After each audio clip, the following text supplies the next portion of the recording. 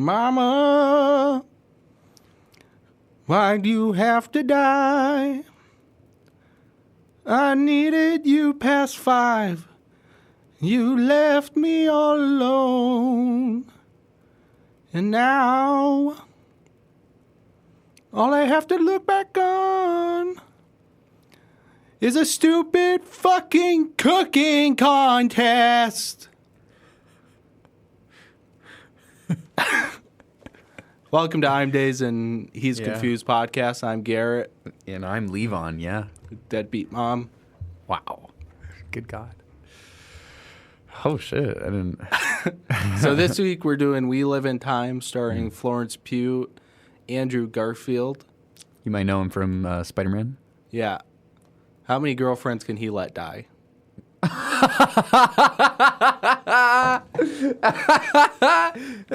That's good. That's good. Thank you. I tried it out last week. That's good. Didn't get much of a response, but I knew it would get a response now. Dang. Okay. Yeah. Where do you want to start with this one? Oh, you want me to pick the start? Yeah. Let's start with the time in which we live. Andrew Garfield, Florence Pugh. Yeah, that's a big cast. This is a big movie for the time. Okay, yeah. This is like a... Maybe like 2 years ago would have been a little better. Like when Far From Home came out.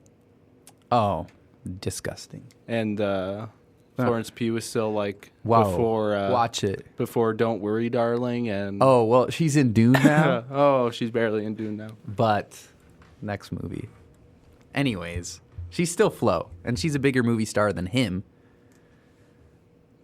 Sometimes. But anyways, yeah, this is a good 1-2 billing. 1 and 1, you know? They are on each other's levels. And it's good to see that with our leads because it is a high level. Yeah, this movie's very well acted. Yeah. And I feel like it's more of Florence Pugh's movie to shine. Sure. I feel like well, maybe it's just the story that makes me say that. Yeah. But she's given kind of point of view of the main struggle of the movie, obviously, because she has cancer. Right. But and we know some things, and she knows some things that he doesn't know throughout the plot. Yeah. All right, cancer movies. You a fan? What's the vibe on those, you know? What is that one, The Final Walk? That one that came out I have no idea what that is.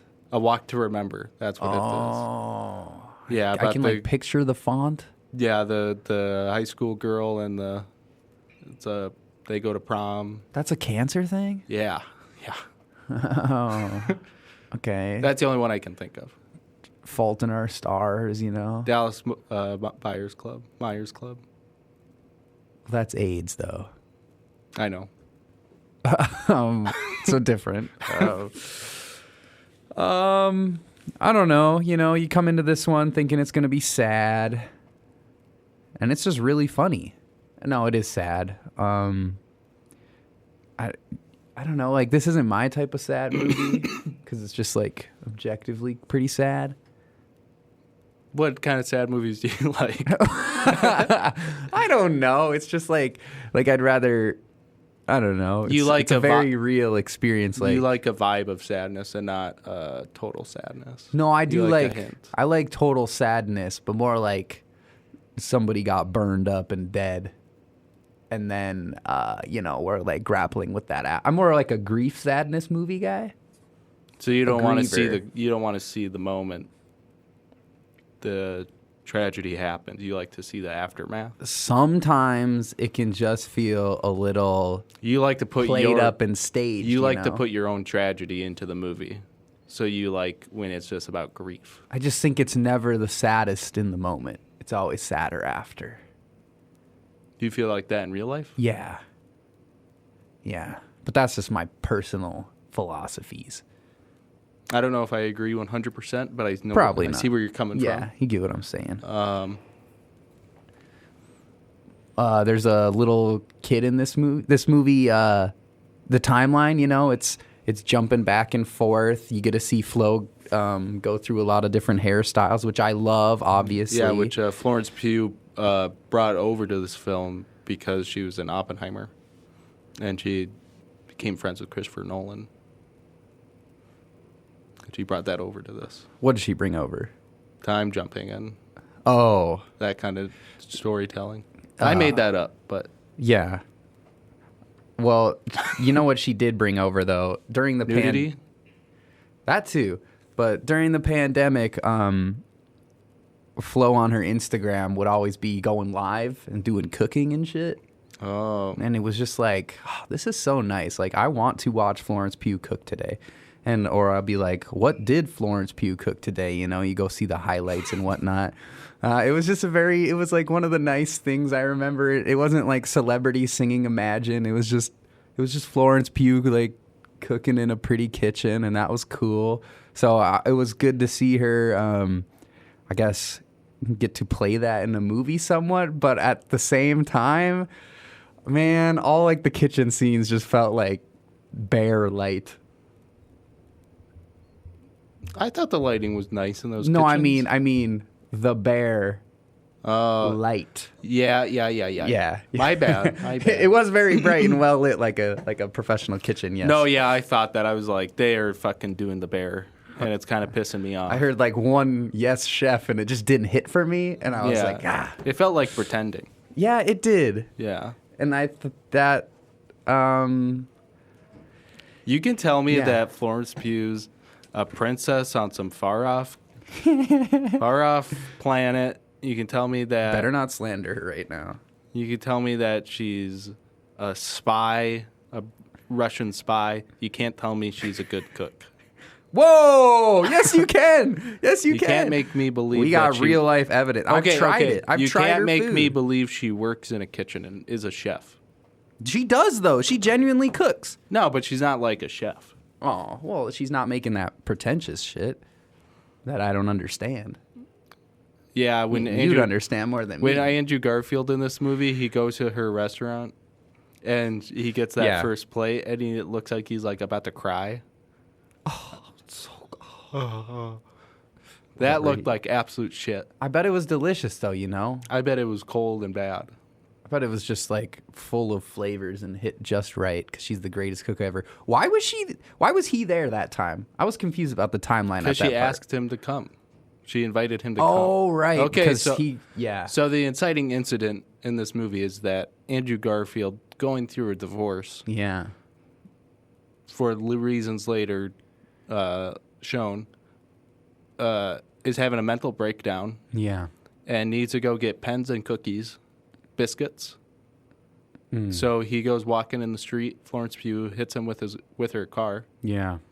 And then she stays afterwards to make sure he's okay. Yeah. And then they go and have a nice American meal at a diner. And then they did. And then she invites him to the restaurant, and then they have sex. And now they're in a relationship. Well, he's got nothing to do the next day, and she has nothing to do, so they just hang out more. Very sweet. Yeah, and that's how they meet. You know, it's got that like rom-com way of meeting, but it's never really like played that much. Nothing in this movie's really played that much for the laugh. Even though there's certain like typical story beats, they're just like not made to be that funny, I felt like.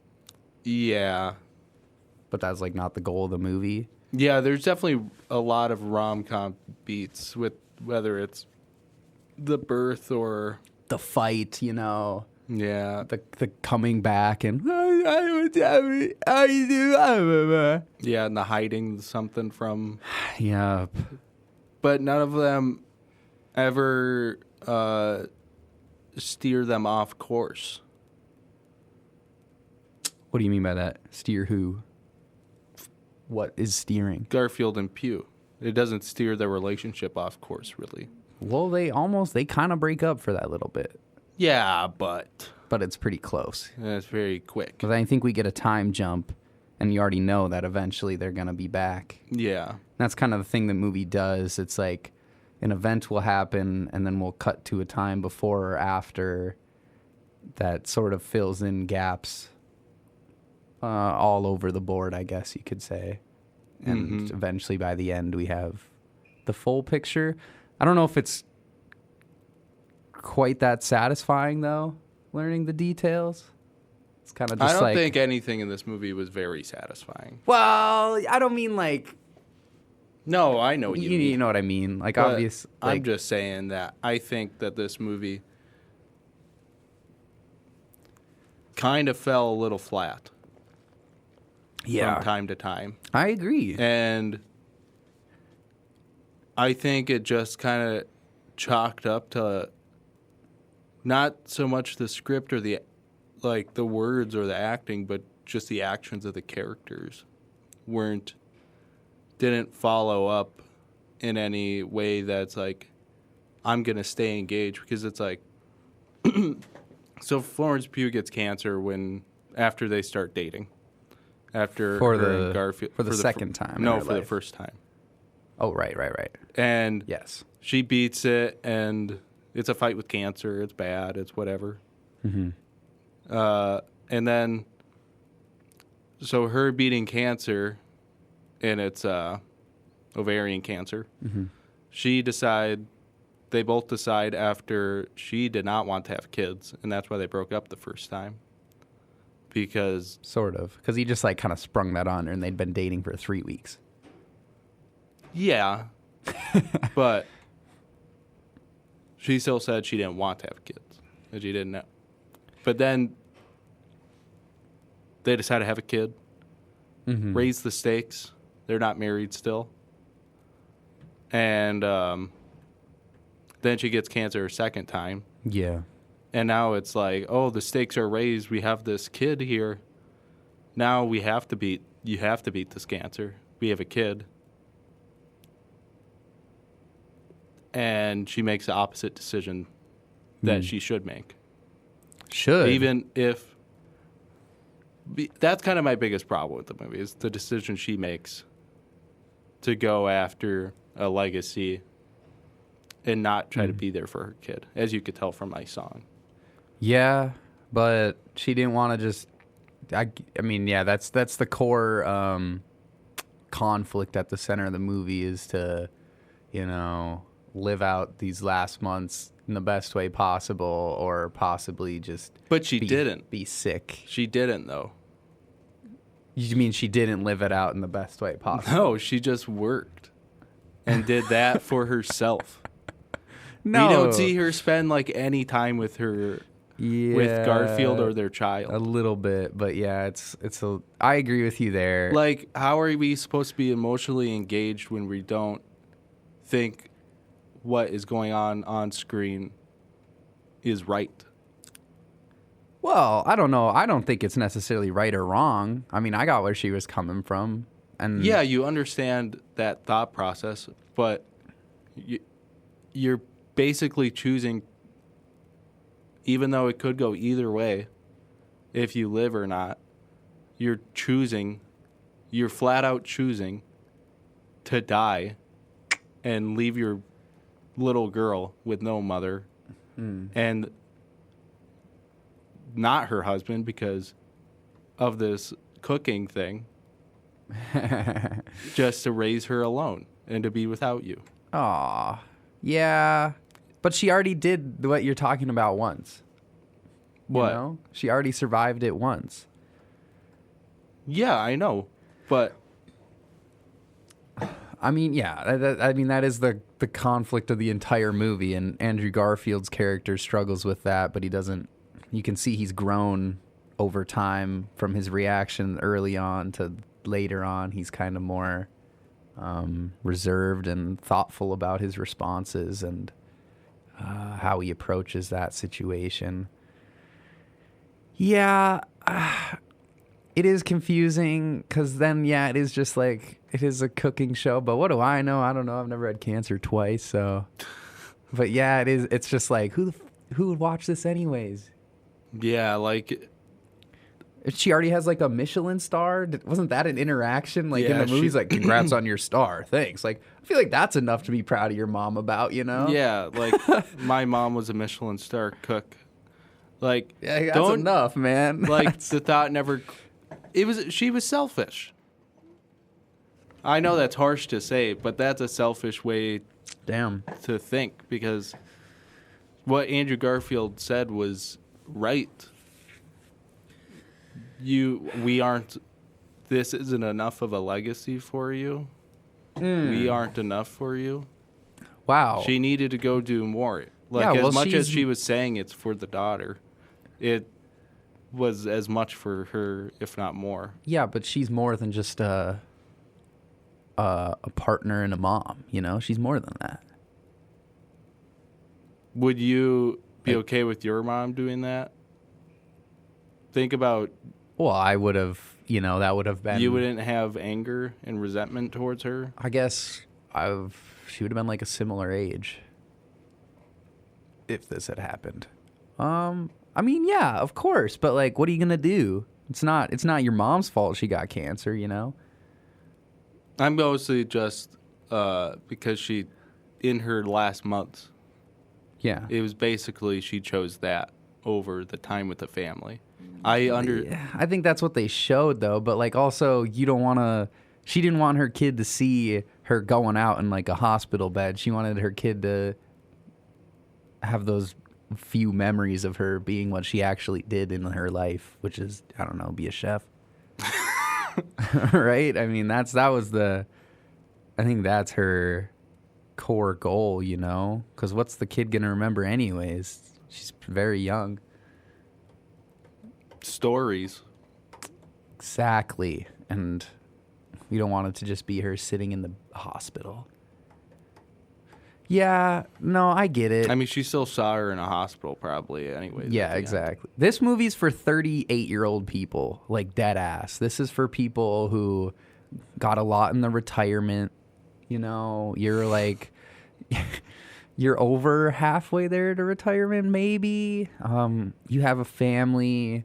I just like, you know, I think the reason I emotionally didn't lock in with this is because, I don't know, I'm not a parent of a young child. You know, I'm also, it made me feel young, this movie, which made me feel good. I was like, oh yes, I am not going through that shit right now, and that is nice. But it just seemed very serious. I was like, damn, their life is serious in like a nice way, but like, I guess. what did Andrew Garfield do? He was that made me laugh. He's a Weetabix employee, a Weetabix rep. It's a cereal brand in the UK. yeah.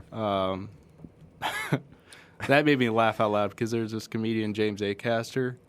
He's from the town where Weetabix is located, Okay. and he would always go, "I'm from blah blah, home of the Weetabix crew, home of the Weetabix posse, blah blah blah." Damn. So he's So- just a cereal rep, Yeah, and she's out there making Michelin dishes. that was funny. Him giving the doing that commercial or whatever, fresh off a divorce and just like. Yeah. I wonder, do you think he marries again? I don't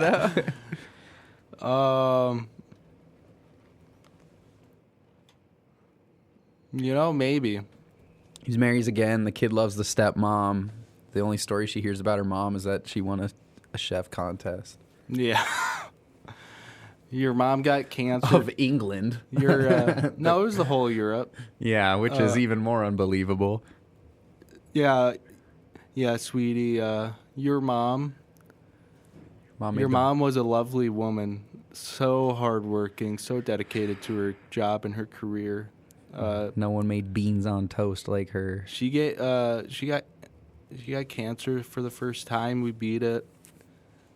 Got it again. But the kid exists because of that one decision. Remember when they just like save When half? they decide to celebrate. No, they decide to, after the first cancer, they don't remove her entire uterus. Ovaries. Ovaries. They don't remove both ovaries. Yes. And because of that, she gets cancer back. But also because of that, she got to have a kid. So, basically, kids are cancer. I mean, it's true. If they would have just adopted, she would have been alive. They still would have had a kid. The kid would, but you don't know until you know. So the moral of the story is don't have kids. Don't get cancer. No, the moral of the story is just maybe be medically proactive. Because she was willing to take the ultimate risk later on. But then again, it was worth it because now that kid exists. I don't know. It's a big, there's a lot of just shitty decisions in this movie. Either way, it sucks, the outcome. What do you think of their relationship in general, though? Yeah, I guess it's nice. I like how he takes notes. That's cute. Yeah, that was sweet. I felt like Garfield was such a sweet, loving, caring man. Uh-huh. Well, who just kind of got fucked up in this. Just kind of everything. I mean, you're making it sound like he had cancer, but he didn't. No, I just mean like that she lied to him about that. She couldn't even tell him to change the day. Like you could have slipped in. Can we change a date before we send those out? Can we switch? Well, that's tough to bring up. Well, I think you are blaming Flo way too much. The woman who's on her deathbed with cancer, and you're just like, she's doing all this stuff wrong. I think, yeah. Well, okay. Do you want your mom to live life? Why are you no, not my mom. Talk about it like my partner would be the more appropriate. Why not about your mom? Because I'm not coming at you from a perspective of a 3-year-old girl, which is I'm mad about the mom. In this movie. I'm more mad about the actions she took as a mother. Because do you want your kid to know that you kept trying in life? Yeah. Or kept trying not to die so she could be there for you? That depends on who you are as a person, and I think that decision can make who you are as a person too. Maybe that kid grows up to just be a real seize the momenter, just like a real, I got to do it today, There's no time to procrastinate. And that has a great effect on her, and she becomes very successful. I don't know. Who can know? I just think it's she's faced with a lot of tough decisions, whether she wants to tell Andrew Garfield that or not at times. I mean, obviously she should, but that's not easy. Yeah. But yeah, the wedding thing that was kind of shitty. But she was very sorry for that. That was a good scene, I thought. She felt really bad about it, and he just kind of went through the shit away. Was he what? She kind of just said this is the deal. No, she was crying and she's apologizing and she felt really bad. Maybe. Yeah. She felt bad. This movie's for old people. Really is. Has A24 lost the sauce, dude? It's just I guess they're making they're putting out a lot more movies. Well, they're not. And now it's the viewership base is so much larger. It's this is for millennials. What? It used to be that they just picked. No, I just think movies that they wanted to have their brand on, and that they wanted to. No, more so it'd distribute. They distribute. But now they're making movies. No, well, I think they have more of an ability to choose more projects, and it's less of a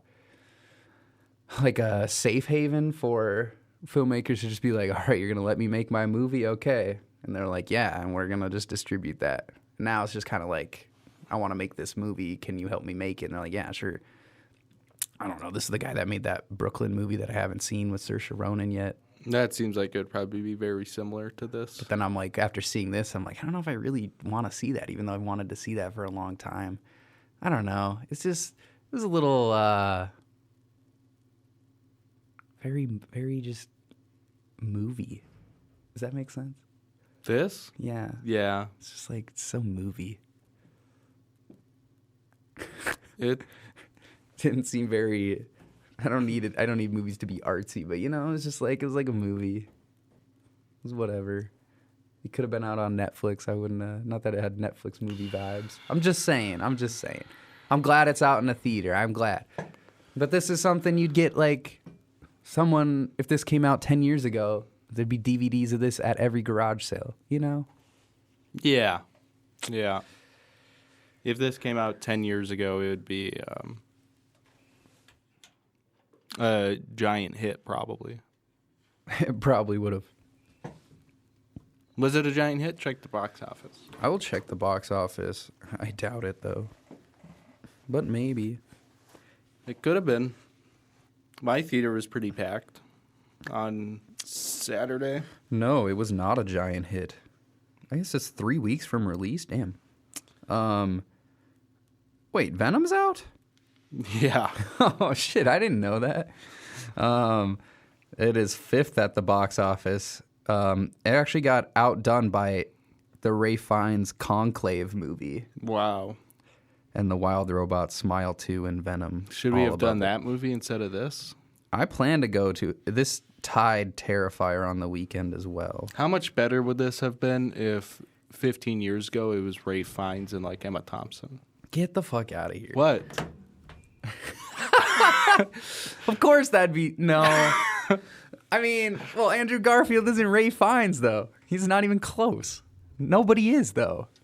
Think like- about how angry he would have been when she's like, I've been cooking for this competition this whole time and I can't marry you on the day that we said. He wouldn't have been angry. The guy's got range. He would have cried if the director asked him. He would have been, Oh, Monica! are you fucking kidding me? No. Oh, that's what I was thinking of yesterday while watching this. I was like, none of my favorite actors are British. And then I was like, who is? And then I thought of him, and I was like, Ray Fiennes is the fucking man. But other than that, I feel like all my faves are like American and Australian. You're a big, But I do like Flo a lot, of course. But like male British actors, male English actors specifically. a lot of them kind of go in the same pool. Like of, we know the Irish guys are booming. We know that. Keoghan, Exactly. Colin Farrell, Farrell. Mescal. We love all Mescal. those guys. Can't wait for Gladiator. Yeah, it's just going to be disappointing. Yeah, it will be, but Tinashe turned to me and said, when we were watching that trailer before Terrifier, it was like, oh man, is this going to be the next Megalopolis? And I said, no, it's going to be the next Napoleon. yeah. It really is. Ridley Scott only makes Napoleons now. Oh, don't say that. What? I think it'll be better than Napoleon, but wait, we should briefly get back to We Live in Time, and then we. What was your favorite scene? Holy shit! Few and far between. What's the scene that you like? Because I saw your Letterboxd rating. You thought this was a good movie. I'm like mixed. I'm like mixed to good. Like I What- think it's good. What scene are you telling people about to be like, I wouldn't this tell is the people to go. highlight? But if you had to pick one highlight. Okay. Do you want to go if you have an answer first, and I'll think about that? I think the giving birth scene. Oh, I was tearing up actually. Yeah, but I've seen better birth scenes. Yeah. But I thought it was all funny how, In the petrol station. yeah, and they had the doctor on the phone and True. the manager came and kicked the door down. And Yeah. she's a famous British comedian. She's been on like Taskmaster and other game show type things. I don't know what else she's done. She probably Yeah. has a show. And like those it was like moments like that in the movie where it's like, yeah, I'm watching this, and then I'm like, yeah, now I'm feeling it, and I'm almost tearing up a little bit. There were a few times where I almost cried, or I had like, you know, tears were welling up, but that was just because like, I don't know, it was just sad. Yeah. In my feels. I like that part. That was one of the better scenes. Honestly, when she shaves her head, that part was cool. I don't know. It's all kind of just the same to me. It's all the same. Yeah. The whole movie. I don't know. There wasn't that moment. There just never seemed to be that, like. Do you want to talk about the end? Yeah, so she wins the competition, but then she leaves before. Well, we don't know if she wins, but she finishes the competition, and then she leaves with the family, and they go ice skating because she was a champion. Yeah, Olympic dude, figure that was skater. random. Fuck that storyline. And yeah, and she was an Olympic figure skater, and it was what made her relationship with her dad so special. It was like that's a what they junior. did together. Like junior, whatever. Yeah, probably. Yeah, she But didn't. Yeah. her dad died, so she stopped figure skating, and she had this grief, emotional thing where it's like, I can't figure skate. But then she wanted to make that a good memory for her daughter. Yeah. And then we get a classic like A24 finish. She just disappears after figure skating and being happy. We just see her disappear and die, and yeah. Yeah, and then we see that correlation of Andrew Garfield cooking with the daughter as a way to be like, after she's gone, we're going to continue this. Yeah, that kind of the opposite of what best the ice way to skating. crack eggs. Yeah. But there just wasn't like a punch at the end. Not that I need to see her like breathe her last breath or see her get lowered into the ground. No, but we didn't even. Okay, It just seemed to wrap really quick. we wanted. Again, Maybe last you're words. waiting for these decisions to have payoffs. Mm. We don't even know if she won the competition. So is it all for naught? Like, she did this and stopped taking treatment so she could have enough strength to do this competition and leave a legacy. We don't even know if she fucking won. Well, she doesn't have to win, you know? No, but that she was the gave it point. all. But But she that was won the the point. UK thing. She got to represent the UK at the Euro, whatever, cooking thing. Who the fuck cares about But the this is a cooking shit? movie. That was the whole point of the second half of the movie. Yeah, that was a storyline. I didn't like that part of the storyline. I thought the ice skating thing was dumb, how they brought that up like really late in the movie, and he's like, "Oh, you never told me you skated," and she's like, "Oh, no one knows." Who the fuck wouldn't say that? Like that's just, and it felt like they quickly. She's a troubled woman. No, they Yeah. quickly wrote that in just so our ending could have extra punch with that bit, but it felt unearned. The whole ice skating side bit Well, to me. a lot of her decisions with the not taking the chemo and everything is because her dad died. Sure.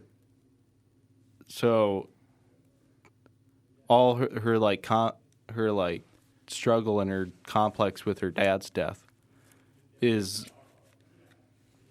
not saying she wouldn't have died still, but it informed this decision to say, I don't want my daughter to see me like that. Mm-hmm. When, what did her dad die of? A heart attack or something? Or a car accident? I thought he got sick because she quit. He got sick. She had to quit skating to go take care of him. And then she never went back to skating after he passed away. Okay. Yeah. But it's like, But it's not like your 3-year-old kid's going to have to quit something to come take care of you, you know? But also, I don't want to judge a movie because of the choices the characters make, you know? If the writers make bad choices, sure. But sometimes it's just like, okay, that's what the character did, and I'm fine with that. It's whatever to me. yeah, I was talking to Ambry about this, and I was saying how we value movies differently, you and me. Yeah. And I very much value a story that I enjoy. I feel like you more enjoy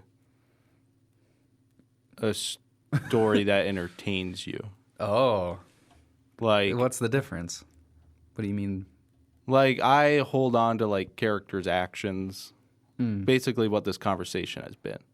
You were saying you were bored and you were waiting for it, and I've been saying that I'm not happy with the decisions. Well, I that were agree made. if they don't suit the story, when so a lot of times they don't in this movie, but I think there's plenty of things that I'm just like, well, I hate that I feel take it or leave it on a lot of the decisions.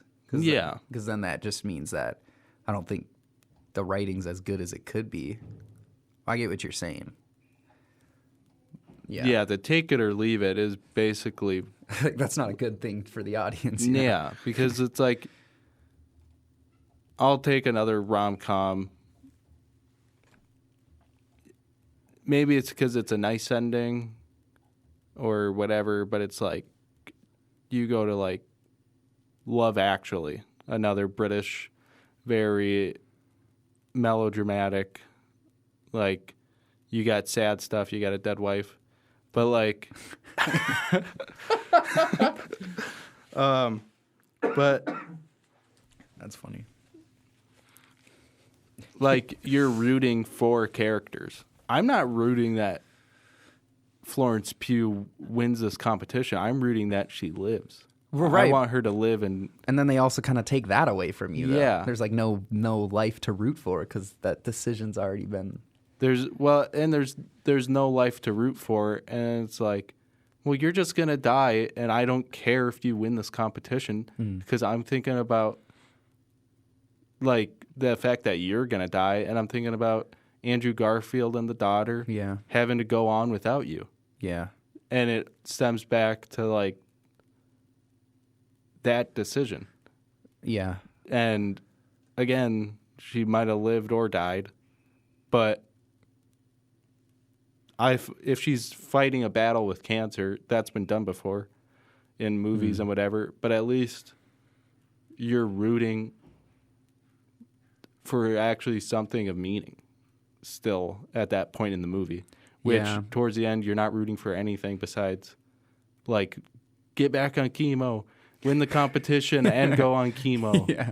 Like the movie gives you, there's these two options and yeah, but then the whole time you're like kind of hoping that they can do both. Yeah. But I guess I can respect this movie for not making its punch just be like, does she live or die? You know, I think that's kind of cheap too in like this type of a story, just to like get to the end and be like, oh, she dies, or oh, she gets better, and then it's like, this is cheesy. You know, I don't know. It's modern storytelling. You're subverting expectation. You're just getting rid of any expectation. Yeah, just right away you're like, no, she's gonna die. And I think that's. I said we weren't gonna get into these big talks about movies and stuff, but that's why I feel like people say that there's no good movies. Oh my god, they're just getting their expectations subverted. That's all I wanted to say. I think this would have been a better movie if we cut like half of this shit, and instead of I don't know. I wouldn't have mind seeing after, like if we cut back just for little moments of like after she's dead, that would have been without the movie. That would have been good if we're cutting back and it's like that would have made her living moments very valuable, and you would have held on to them. Garfield and the daughter are off doing something, having a day, and it's like, oh, look at these two, and then it's like you're waiting to see if they like come home to her. But then you cool. like see like a picture of her on the wall, and it's like, oh, she died. Yeah. That would have been cool. Or like the Garfield and the daughter are like, I don't know, doing things out in the day, and then maybe we cut back to see where he learned that from her.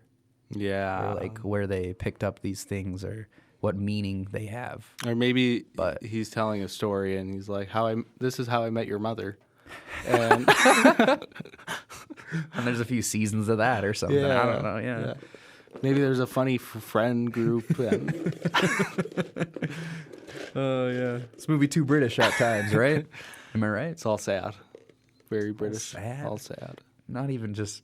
Yeah, but it's not like. No, yeah. It's not British. Sad. This is the most British movie just I've very seen in a British. long time. Even like Love Actually doesn't really feel very British. Yeah, it does. No, it doesn't. Yeah, it does. Yeah, it does. They're not eating British snacks and That's not what makes a movie British.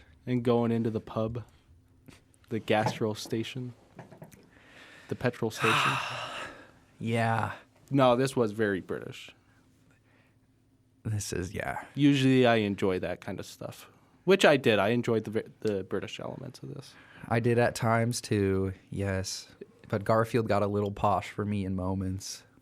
Posh. He's just a little posh boy to me. He had a little hut in his room. He had a little hut room. He was a poor guy.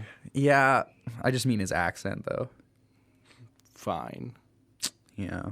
I don't know. How was Florence Pugh's any better? I just love her voice and her accent. Yeah, no, I can listen to her yeah, I'm just used to it, you know? She's like meant to talk British and things. Garfield is just like, be an American or fuck off, right? You just want his voice from Hacksaw Ridge and everything? Oh, God, no. Dear God, no. I hate that movie. I was just more thinking like, I don't know, like just do your Spider-Man voice or do your Social Network. Under the Silver Lake, that kind of. Hello, I'm a representative of Weetabix. Your mother has cancer. And then Florence Pugh would still be British. Don't tell her like that. Oh, okay. I don't know. Yeah. That was funny when they were telling the kid that, and then he's like, Gary, get the fuck away! yeah. Oh, he wants us to call him. Oh, is he serious? No, he's not. Oh, Okay. what does he have to say about We Live in Time? Dude, no one has anything to say about this movie. It's just here we go again. It's a rough year in movies out here. It's rough out here. Yeah, it is. Kind of been rough. It's not that this is a dud and a total miss. It's just things are falling a little flat. Like, I need these award season movies to really punch in November, December, January. Like, my whole life is riding on it, kind of, because from the span of spring to November, it's been rough. It's like the enjoyment is few and far between, and I've gone to too many just bad movies. And this one isn't even a bad movie. It's just not great. It's not even good. It's okay. It's like okay. Like, if the rating could be okay, this is it. I'm sorry. I'm too young for this shit. Yeah, I've been looking back at the last 2 years before this, and it's like 2022 was so good. Yeah, it was. And 2023 was those top end movies I think are going to be classics. Yeah. And this year year it's the top movie is unfortunately Challengers probably. And that seems like a movie that it's like the only one? And that seems like a movie that will be forgotten about, honestly. False. No. Dude, 6-month anniversary of Challengers just happened. Think about it for a second. Yeah, I'm in my Challengers Twitter. No. Luca's new movie trailer just came out. I think Challengers is going to be a classic. I think it's going to be the crowning achievement of Luca's career, and also it's like a breakout point for Zendaya, who hopefully continues upward. But we talk about Challengers all the time. Talk about Challengers. We're gonna do a next year. I don't know, probably like January, February. We'll do an episode ranking the years of the 2020s. That'll be fun. And the last week of the year, we'll do a top 10 of this year. Yeah. Yes, of what we will have seen so far. God, I can't wait to see. So there's something for Mattson to look forward to. He's the only person I know that watches. Good. Shout out. Hey, he got mentioned today. Or no, was that before? That was before we recorded? Yeah, that was before. Okay, well. So Mattson, if you would like to subscribe. Yeah. You've already subscribed, I think. Comment, share, And tell the one-armed Share's kid to more get my icy right when I order it. Yeah, tell him not to spill all over my niece. He doesn't actually have one arm. He's just in a sling, so that wasn't offensive. He'd be on tickets. I if he was. had one arm. One time Garrett broke my shoulder. No, it was my fault. It was John's fault. John whipped out that blanket the other day. That You broke had my fall. flashback? Yeah, I was like, oh.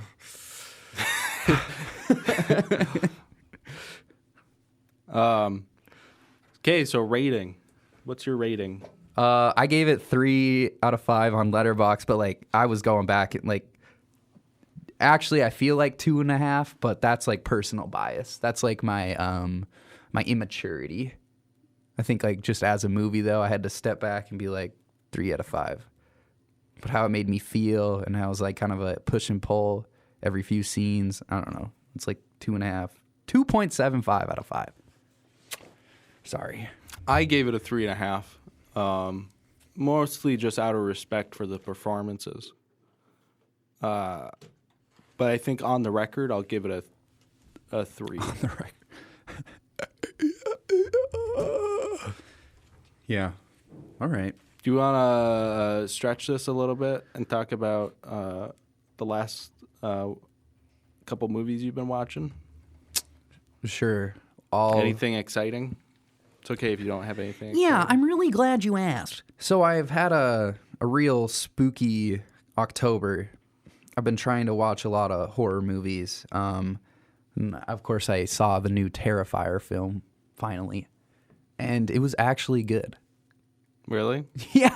Yeah. Like, much better than the first two. And you can tell that they're getting better with everyone. Like, this is a guy and a crew and a cast that they're just getting better. And it's like, I can appreciate that because it's fucking hard to make movies and to see someone continue to do it and to genuinely get better and improve. It's like, I can only admire it. That's funny you say that because I've been watching the James Bond movies. Yeah, you have been. How's your Bond-a-thon? I have like 30 minutes left at Casino Royale. Okay. So I got 4 more. Those are movies. You finally to Craig. Yes, thank God. Those are movies that go up and down so much, and it's been directed by like 4 guys before the Brosnan era, which Yeah. it was a different guy every time. Yeah. But before that, it was like only 4 directors directed all those movies, and just each of them just dipped. It sucks. Like, Yeah. you go from like you have 3 good Connery movies. I was not a fan of Dr. No very much. Yeah. It felt it's like all right. it felt like a real stepping stone. Absolutely. Yeah. And then you get 2 back-to-back good ones, and then it dips. You get refreshed with Lazenby, and then he's gone. Yeah. You get a shitter from Connery in this last one. That's the uncanon one though. No, that one is Diamonds Oh, you What's it only. called? What is the other? okay, so it's Thunderball, You Only Live Twice, Yeah. On Her Majesty's Secret Service, and Right. then And then Diamonds Are Forever. Diamonds Are Forever is canon. Yes. And And it's then there's crap. there's And the, then there's that yeah. 80s one. Yeah. That okay. Yeah. Diamonds Are Forever. That one is shit. And then more literally that's when it like actually starts going like up and down, up and down. Yeah. And Moonraker. I love Timothy Dalton. Yeah. Okay. I loved those 2 movies. The second one was a little like exposition-y but it was still good, and I really liked his performance. It's like yeah. GoldenEye, You liked GoldenEye. I actually did. Yeah. I thought the good stuff was good, and I was at that point after that movie. I was like, okay, I know that this is the best they're gonna do it, and I'm sick of all the Bond tropiness Yeah. and all the tropes. Just get me to Craig, and And they trust Martin Campbell to launch yeah, the Craig ones as well. The worst Bond girl is Denise Richards.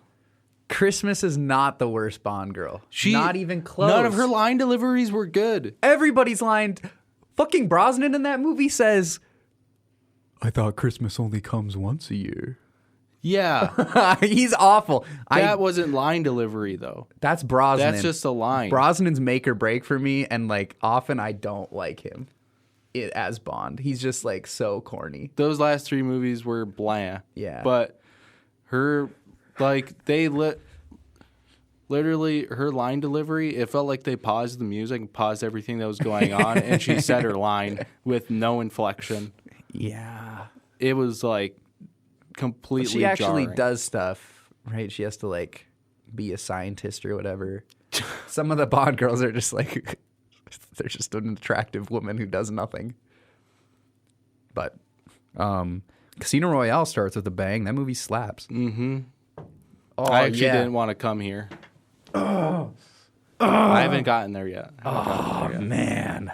Love the interview of Mads Mikkelsen talking about that scene. No, my favorite part of that movie so far has been probably him almost dying. Wow, that's the best part of every Bond movie. No, like when he has the heart attack because they poisoned him. Or maybe that's just because that's the last thing I saw. Yeah. No, the stair fight scene I liked. I'm always a big fan of stair fight scenes. Dude. Daredevil.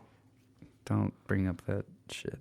Comment in the Mattson. Comment if you've seen Daredevil. Quantum of Solace, I think, is pretty fun. It's a short movie. It's the shortest Craig one. The worst one on Letterboxd, actually. It is the worst rated one, but for 90 minutes, and there was like a big strike going on, I think it's not that bad. It's pretty fun. That's actually exciting that it's 90 minutes. Yeah, dude. It's a quick little delay until my favorite one. Skyfall. Yeah, Skyfall. Skyfall. What a banger. Bardem. That was the first one I saw, I think. Really? Yeah. And I went to it. It was in Theater 4. Jarrett Seltzler was in the crowd with me. We didn't go together.